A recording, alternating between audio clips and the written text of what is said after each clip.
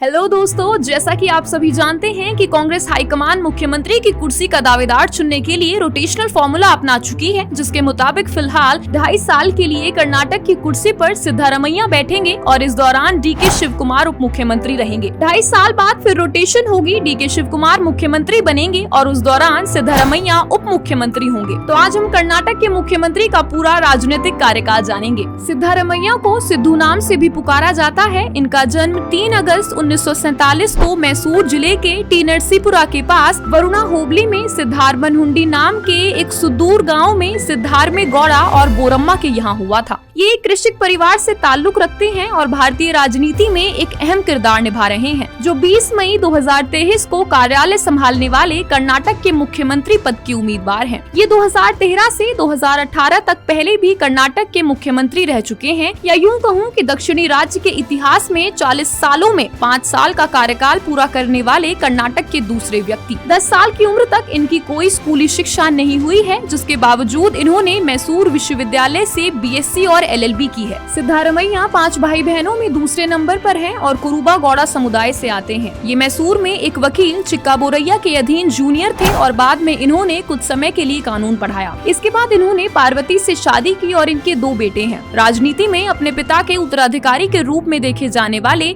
उनके बड़े बेटे राकेश की 2016 में 38 वर्ष की उम्र में कई अंगों की विफलता के कारण मृत्यु हो गई थी। सिद्धारमैया ने रिकॉर्ड पर कहा है कि वह एक नास्तिक हैं। हालांकि उन्होंने हाल ही में इस विषय पर अपने सार्वजनिक रुख को स्पष्ट करते हुए कहा है कि यह बात फेल हो गई है कि मैं एक नास्तिक हूँ, जो कि मैं नहीं हूँ। मैं आध्यात्मिक हूँ। मैंने बच्चे के रूप में उत्सवों में भाग लिया है। मैंने कुछ लोकप्रिय तीर्थ स्थलों का दौरा किया है, लेकिन मैं निश्चित रूप से अंधविश्वास के खिलाफ हूँ, क्योंकि मैं हर चीज को विज्ञान की दृष्टि से देखता हूँ। अब हम सिद्धारमैया के राजनीतिक सफर की बात करेंगे, जो उत्साह से भरपूर और थोड़ा मुश्किल भी रहा है। इनका राजनीतिक करियर तब शुरू होता है जब मैसूर के एक वकील नंजुंदा स्वामी ने उन्हें कानून स्नातक के रूप में जिला अदालतों में देखा। उन्हें चुनाव लड़ने के लिए कहा गया और वे मैसूर तालुका के लिए चुने गए। उन्होंने चामुंडेश्वरी निर्वाचन क्षेत्र से भारतीय लोकदल के टिकट पर चुनाव लड़ा और 1983 में 7वीं बार कर्नाटक विधानसभा में प्रवेश किया। ये सभी के लिए एक आश्चर्यजनक जीत थी और इस जीत ने उन्हें पूरे मैसूर क्षेत्र में नाम और शोहरत दी, जिसके बाद वे सत्तारूढ़ जनता पार्टी में शामिल हो गए और कन्नड़ भाषा के कार्यान्वयन के लिए गठित कन्नड़ कवलू समिति नामक कन्नड़ निगरानी समिति के पहले अध्यक्ष बने। इसके बाद 1985 में मध्यावधि चुनाव के दौरान सिद्धारमैया उसी निर्वाचन क्षेत्र से फिर से चुने गए और पशुपालन पशु चिकित्सा सेवाओं के मंत्री बने। मुख्यमंत्री रामकृष्ण हेगड़े की सरकार में उन्होंने विभिन्न विभागों को संभाला, जैसे रेशम उत्पादन, पशुपालन और परिवहन विभाग। पहली बार उन्हें 1989 के विधानसभा चुनावों में कांग्रेस के एक दिग्गज नेता एम राजशेखर मूर्ति से हार का सामना करना पड़ा। फिर 1992 में उन्हें जनता दल का महासचिव नियुक्त किया गया, जिसमें एचडी देवेगौड़ा भी शामिल हुए थे और 1994 के राज्य चुनावों में फिर से चुने जाने के बाद देवेगौड़ा के नेतृत्व वाली जनता दल सरकार में वित्त मंत्री बने। इसके बाद 1996 में जेएच पटेल के मुख्यमंत्री बनने पर उन्हें उप मुख्यमंत्री बनाया गया, लेकिन कुछ दिनों बाद उन्हें इस पद से बर्खास्त कर दिया गया और 22 जुलाई 1999 को मंत्रिमंडल से भी हटा दिया गया। जनता दल में विभाजन के बाद वह जनता दल सेक्युलर में शामिल हो गए। हालांकि 1999 के राज्य चुनावों में वे हार गए, लेकिन 2004 में जब भारतीय राष्ट्रीय कांग्रेस और जनता दल सेक्युलर ने गठबंधन की सरकार बनाकर धर्म सिंह को मुख्यमंत्री बनाया, तब उन्हें फिर से उप मुख्यमंत्री चुना गया। इनकी जनसभाओं में भीड़ का हुजूम आया करता था और यहाँ तक कि जब ये विपक्ष के नेता थे, तब इन्होंने सदन में रेड्डी बंधुओं को चुनौती दी थी कि ये पदयात्रा के जरिए बेल्लारी आएंगे। इस चुनौती ने पूरे राज्य का ध्यान आकर्षित किया। फिर 2005 में एचडी देवेगौड़ा के साथ मतभेद के बाद सिद्धारमैया को जनता दल सेक्युलर से निष्कासित कर दिया गया था। इस पड़ाव पर वे कर्नाटक में एक क्षेत्रीय पार्टी एबीपी-जेडी बनाना चाहते थे, लेकिन राज्य में पहले कोई क्षेत्रीय दल जीवित न होने के कारण उन्होंने ऐसा नहीं किया। इसके बाद पिछड़े वर्गों से बड़े पैमाने पर समर्थन प्राप्त किया और सोनिया गांधी की उपस्थिति में बेंगलौर में आयोजित एक बड़ी सार्वजनिक बैठक में कांग्रेस में शामिल हो गए। देवेगौड़ा मुख्यमंत्री कुमारस्वामी सिद्धरामैया और उप मुख्यमंत्री येदियुरप्पा द्वारा निर्वाचन क्षेत्र में उनके खिलाफ एक उग्र अभियान चलाया गया, जिसके बावजूद 2006 में आयोजित चामुंडेश्वरी उपचुनाव में जनता दल सेक्युलर के एम शिव बसप्पा के खिलाफ जीत हासिल की। फिर 2008 के राज्य विधानसभा चुनावों में उन्होंने वरुण निर्वाचन क्षेत्र से चुनाव लड़ा और 5वीं बार फिर से चुने गए। अंततः 2013 में सिद्धरामैया पूर्ण बहुमत हासिल करके कर्नाटक के मुख्यमंत्री बन गए और सत्ता की कमान संभाल ली। इस साल उन्होंने घोषणा की थी कि ये चुनाव उनके लिए आखिरी होगा, लेकिन ऐसा नहीं हुआ, क्योंकि 2018 के कर्नाटक विधानसभा चुनाव में उन्होंने अपने बेटे के लिए अपनी सुरक्षित वरुणा सीट छोड़ दी और वे खुद चामुंडेश्वरी और बादामी सीट से चुनाव लड़ने गए। सिद्धरामैया चामुंडेश्वरी में हार गए, मगर बादामी विधानसभा सीट पर जीत गए। फिर 2019 में 15 विधानसभा सीटों के लिए उपचुनाव हुए, जिसमें ये महज 2 सीटें जीतने में सफल रहे, जिससे इनके नेतृत्व को एक बड़ा झटका लगा और पार्टी के सदस्यों के बीच मतभेद पैदा हो गए। इस प्रकार सिद्धरामैया ने 9 दिसंबर को कर्नाटक विधानसभा के विपक्ष के नेता के रूप में इस्तीफा दे दिया। उनके पास कर्नाटक सरकार में वित्त मंत्री के रूप में 13 बार राज्य का बजट पेश करने का भी रिकॉर्ड है और वर्तमान में 2023 के विधानसभा चुनाव में कांग्रेस के विजयी होने के बाद उन्हें फिर से मुख्यमंत्री के रूप में चुन लिया गया है। तो ये था सिद्धरामैया जैसे वरिष्ठ नेता का उतार चढ़ावों से भरा राजनीतिक करियर। ऐसी ही खास शख्सियतों के बारे में जानने के लिए देखते रहिए आप सभी का चैनल आर पॉलिटिशियन।